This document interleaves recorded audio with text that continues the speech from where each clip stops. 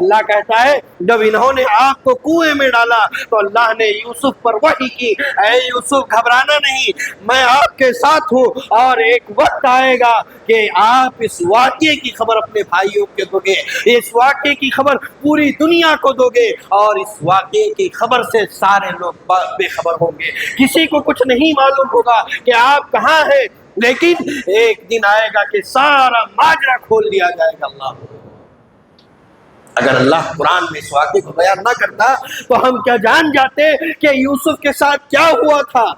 يا أيها الذين آمنوا إذا نودي للصلاة من يوم الجمعة فاسعوا إلى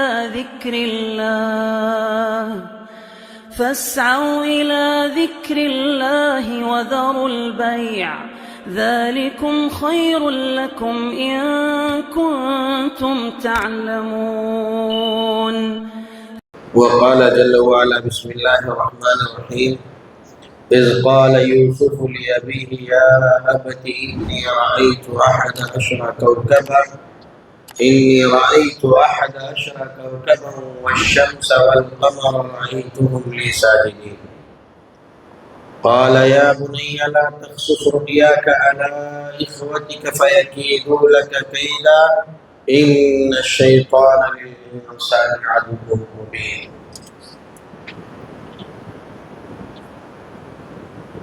محترم حاضرین جمعہ، تمام قسم کی تعریف اور توصیف، کبریائی اور بڑائی اس اللہ رب العالمین کے لیے لائق و زیبا ہے جس اللہ تبارک و تعالی نے ہم تمام کو انسان بنا کر کے پیدا فرمایا، نیز اللہ تبارک و تعالی نے اپنی بے شمار نعمتیں ہمارے لیے پیدا کی۔ الغرض اللہ رب العالمین کے احسانات، اللہ رب العالمین کی نعمتیں ہم پر اتنی ہیں کہ ہم اسے گن نہیں سکتے، شمار نہیں کر سکتے۔ اس مختصر سی حمد کے بعد لاکھوں کروڑوں درود و سلام کا نزول ہو جی وہ تمام انبیاء علیہ السلام پر، بالخصوص ہمارے اور آپ کے آخری نبی جناب محمد رسول اللہ صلی اللہ علیہ وسلم پر۔ سامعین کرام قدر، جیسا کہ ہم یہ بات جان رہے ہیں کہ اللہ کی توفیق، اللہ کے فضل سے ہم رمضان المبارک کے اس عظیم الشان مہینے میں اپنی زندگی گزار رہے ہیں، اور اللہ تبارک و تعالی کی توفیق اور اس کے اذن کے ساتھ کچھ عبادات کر رہے ہیں، نماز و روزوں کا اہتمام ہو رہا ہے۔ اللہ سے دعا ہے رب العالمین ہماری ان ٹوٹی پھوٹی عبادتوں کو قبول فرمائے، آمین۔ محترم سامعین کرام، خطبہ مسنونہ کے بعد میں نے سورہ یوسف کی 2-1 آیتیں تلاوت کی ہیں، جیسا کہ میں مناسب سمجھتا ہوں کہ ابھی ہم رمضان میں حالت تراویح میں سورہ یوسف کی غالباً تلاوت سن چکے ہوں گے۔ تو اللہ تبارک و تعالی نے قرآن میں جو صورتیں نازل کی ہیں، ان صورتوں میں اللہ ہم سے کیا مخاطب ہے، اللہ ہم سے کیا کہنا چاہتا ہے، اسے جاننا ہمارے لیے بہت ضروری ہے۔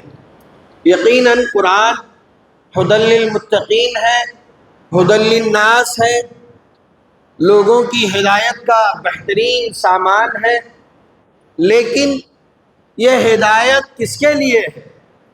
یہ ہدایت ان لوگوں کے لیے ہے جو اس قرآن کو پڑھتے ہیں، اس قرآن کو سمجھتے ہیں، اس میں جو نصیحتیں، جو عبرتیں اللہ بیان کر رہا ہے اس سے نصیحت حاصل کرتے ہیں، اس سے عبرت حاصل کرتے ہیں۔ اللہ تعالیٰ سورہ یوسف کے اندر جو یہ سورہ ہے جس نام سے نازل ہوا ہے، یہ سورہ یوسف سیدنا یوسف علیہ السلام کے نام سے نازل کیا گیا ہے۔ ایک جلیل القدر پیغمبر، اللہ کے برگزیدہ نبی، ایک رسول، جن کے نام سے اللہ تعالیٰ نے سورت کو نازل کیا ہے، اور اس سورت کے اندر اللہ تبارک و تعالیٰ نے جتنی تفصیل کے ساتھ یوسف علیہ السلام کا قصہ، آپ کی زندگی کو قید کیا ہے، میں سمجھتا ہوں قرآن نے اتنی وضاحت کے ساتھ کسی اور نبی کے واقعے کو بیان نہیں کیا ہے۔ محترم حاضرین کرام، واقعے کی شروعات کچھ اس طریقے سے ہوتی ہے۔ یوسف علیہ السلام کے والد محترم یعقوب، وہ بھی اللہ کے نبی ہیں، یعقوب علیہ السلام، آپ کے والد یعقوب کے والد اسحاق علیہ السلام، آپ بھی نبی ہیں۔ اسحاق کے والد ابراہیم علیہ السلام، یہ بھی نبی ہے۔ تو دیکھیے نبوت اور رسالت کا جو یہ سلسلہ ہے چوتھی پیڑھی میں آ رہا ہے۔ یوسف بھی نبی، یعقوب بھی نبی، اسحاق بھی نبی، اور ابراہیم بھی نبی ہے۔ ابراہیم علیہ السلام جو ہے یہ وہ نبی ہیں جنہیں اللہ تبارک و تعالیٰ نے آزمایا، جن کے متعلق اللہ نے قرآن میں واقعات ذکر کیے۔ ابراہیم علیہ السلام انبیاء علیہ السلام کے جد امجد، اور اس خاندان سے دو نسلیں نکلتی ہیں، ایک اسحاق علیہ السلام کی نسل نکلتی ہے، اور دوسری طرف اسماعیل علیہ السلام کی نسل نکلتی ہے۔ ابراہیم کے دو بیٹے ہیں، اسحاق اور اسماعیل، یہ دونوں بھی اللہ تبارک و تعالیٰ نے ان دونوں کو بھی نبوت و رسالت سے نوازا، دونوں نبی بن گئے۔ فرق یہ ہوا کہ اسماعیل علیہ السلام سے جو نسل نکلی، اسماعیل علیہ السلام کے بعد آپ کی نسل میں کوئی نبی اور رسول نہیں آیا، یہاں تک کہ آخری نبی جناب محمد رسول اللہ صلی اللہ علیہ وسلم آئے۔ یعنی اسماعیل علیہ السلام کے خاندان سے چلتے چلتے اللہ کے نبی صلی اللہ علیہ وسلم نبی بنائے گئے۔ اس درمیان میں آپ کے خاندان میں کوئی رسول، کوئی نبی نہیں آیا، لیکن وہی اسحاق علیہ السلام کے خاندان میں بہت سے انبیاء اور رسول مبعوث کیے گئے، بہت سے انبیاء آئے، حتیٰ کہ یوسف علیہ السلام کے والد گرامی یعقوب علیہ السلام، جن کا لقب اسرائیل تھا، اور اس کے بعد جو امت کہلائی وہ بنی اسرائیل کہلائی۔ بنی اسرائیل کے واقعات پڑھتے ہیں نا ہم قرآن و حدیث میں، بنی اسرائیل نے ایسا کیا، بنی اسرائیل نے ویسا کیا، بنی اسرائیل میں اتنے انبیاء آئے۔ تو جتنے انبیاء ابراہیم علیہ السلام کی نسل سے اسحاق کو ہوتے ہوئے آئے، وہ سارے بنی اسرائیل میں آتے گئے۔ اسی کی ایک کڑی یوسف علیہ السلام ہے۔ آپ یعقوب نبی کے گھر پیدا ہوتے ہیں، بہت چھوٹی عمر ہے آپ کی، بہت چھوٹے ہیں، بچے ہیں، بالکل معصوم بچے کی طرح ہیں، ایک خواب دیکھتے ہیں۔ اللہ اکبر، بہت چھوٹا بچہ ہے ابھی، معصوم ہے، کوئی سوجھ بوجھ نہیں ہے، لیکن انہوں نے رات میں خواب دیکھا۔ کیا خواب دیکھا؟ اللہ تعالیٰ نے ان کے اس خواب کو قرآن کی آیتیں بنا دی، رہتی دنیا تک یوسف کا خواب لوگوں کے لیے ایک عبرت اور نشانی کے طور پر سنا جائے گا، عبرت اور نشانی کے طور پر پڑھا جائے گا، قرآن کی آیت کے طور پر پڑھا اور سمجھا جائے گا۔ اللہ اس خواب کا تذکرہ کرتے ہوئے کہتا ہے، اذ قال یوسف لأبیہ یا ابتی انی رأیت 11 کوکبا والشمس والقمر رأیتهم لی ساجدین۔ صبح جب اٹھے تو کہا، اے ابا جان، میں نے آج رات ایک خواب دیکھا ہے، چھوٹا بچہ ہے، اپنے والد گرامی یعقوب سے کہہ رہا ہے کہ میں نے آج رات پہ خواب دیکھا ہے. خواب وہ بھی ایسا ہے کہ میرے لیے 11 ستارے اور چاند اور سورج سجدہ کر رہے ہیں. اللہ، 11 ستارے، چاند اور سورج میرے لیے سجدہ کر رہے ہیں. اس کو تھوڑا سا سمجھے. یعقوب علیہ السلام کی بیویوں میں ایک بیوی سے 10 اولادیں ہوئی، 10 کے 10 لڑکے. ایک ماں سے 10 بچے ہوئے. دوسری بیوی سے 2 بچے ہوئے، جن میں ایک بنیامین اور ایک یوسف. اس طریقے سے یوسف کو چھوڑ کر کے باقی 11 بھائی بچے. اس کی تعبیر یہ ہوئی کہ 11 بھائی. والشمس والقمر، سورج اور چاند والدین سے تعبیر کیے گئے کہ والدین سورج اور چاند ہیں. یہ کیا ہے؟ ساجدین، یہ میرے لیے سجدہ کر رہے ہیں. اللہ اکبر. دیکھیے ایک عجیب و غریب خواب دیکھا. والد گرامی سے کہا انبیاء کے خواب سچے ہوتے ہیں. وحی کی بہت ساری قسمیں ہیں، ان میں سے وحی کی ایک قسم یہ ہے کہ اللہ تعالیٰ خواب کے ذریعے وحی لاتا ہے. خواب کے ذریعے سے انبیاء پر وحی آتی ہے. جب خواب کو بیان کیا تو والد گرامی سمجھ گئے کہ یہ کوئی عام خواب نہیں ہے، یہ کوئی معمولی خواب نہیں ہے، بلکہ یہ خواب بہت عظیم مقصد کی رہنمائی کر رہا ہے. یہ بچہ یوسف جو ہے کوئی معمولی نہیں ہے. اللہ اس بچے کو عظیم مقام و مرتبے پر فائز کرنا چاہتا ہے. یہ کوئی عجیب و غریب معاملہ ہونے جا رہا ہے. تو کہا باپ نے، یعقوب نے اپنے بیٹے یوسف سے کہا یا بنی لا تقصص رؤیاک علی اخوتک فیکیدوا لک کیدا ان الشیطان للانسان عدو مبین. اے بیٹے، یہ جو تم نے آج خواب دیکھا ہے، اس خواب کو لا تقصص رؤیاک علی اخوتک، اپنے بھائیوں پر بیان نہیں کرنا. یہ خواب جو مجھے بیان کر رہے ہو، بتا رہے ہو، اپنے بھائیوں کو نہیں بتانا، اس کو چھپا کر رکھنا. کیوں چھپا کر رکھنا؟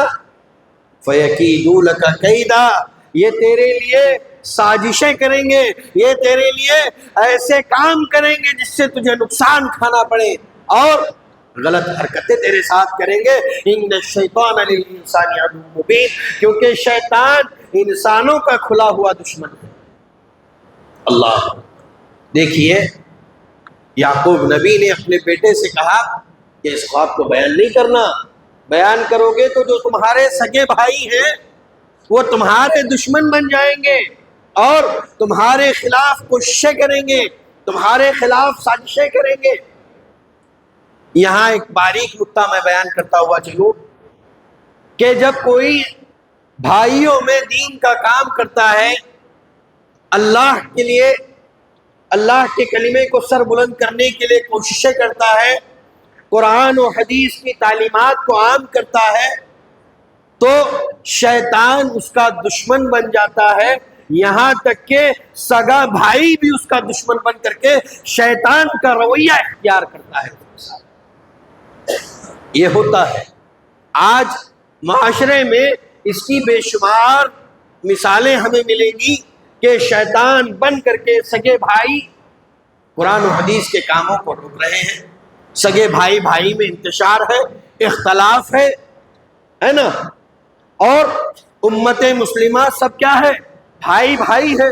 لیکن جب قرآن و حدیث کا کام کہیں چل رہا ہے، منہج سلف کا کام کہیں چل رہا ہے، تو شیطان وہاں آتا ہے، اس کام کو بگاڑتا ہے اور کچھ انسانوں کو اپنا نشانہ بناتا ہے اور کچھ انسانوں کو اپنا کارندہ بنا کر کے ان کے لیے روڑے اٹکاتا ہے. تو یعقوب نے کہا لا تقصص رؤیاک علی اخوتک فیکیدوا لک کیدا، تیرے لیے سازشیں ہوں گی بیٹا، خواب کو بیان نہیں کرنا. اب ہوتا یہ ہے کہ یعقوب علیہ السلام نے جب دیکھا کہ یوسف کو اللہ تعالیٰ برگزیدہ بنانا جا رہا ہے، اللہ تعالیٰ انہیں کسی مقام و مرتبے پر پہنچانا چاہتا ہے، ابھی وہ کیا ہے اس کا علم نہیں ہے، لیکن یہ خواب اس بات کی ترجمانی کرتا ہے کہ یہ بچہ آگے چل کر کے بہت عالی مرتبت ہوگا، عظیم مقام کو پہنچے گا۔ تو لہٰذا یعقوب علیہ السلام کا جھکاؤ، آپ کا لگاؤ، آپ کی محبت کا انحصار یوسف پر ہونے لگتا ہے۔ یوسف سے بڑی محبت کرنے لگتے ہیں، دل و جان سے انہیں چاہتے ہیں۔ یقیناً ایسا ہوتا ہے کہ ہم اپنی اولاد کے درمیان، یہ فطری تقاضا ہے کہ کسی ایک اولاد سے بہت زیادہ محبت کرتے ہیں کہ نہیں کرتے؟ والدین موجود ہیں، مائیں بہنیں بھی موجود ہیں، آپ بھی موجود ہیں۔ یقیناً ہم والد کے زمرے میں جائیں تو دیکھیں کہ اپنی اولاد کے درمیان کسی ایک اولاد سے زیادہ محبت کرتے ہیں۔ اپنے والدین کو دیکھیں تو انہیں بھی دیکھیں گے کہ وہ اپنے بھائی بہنوں میں، اپنے بچوں میں کسی ایک کو زیادہ چاہتے ہیں۔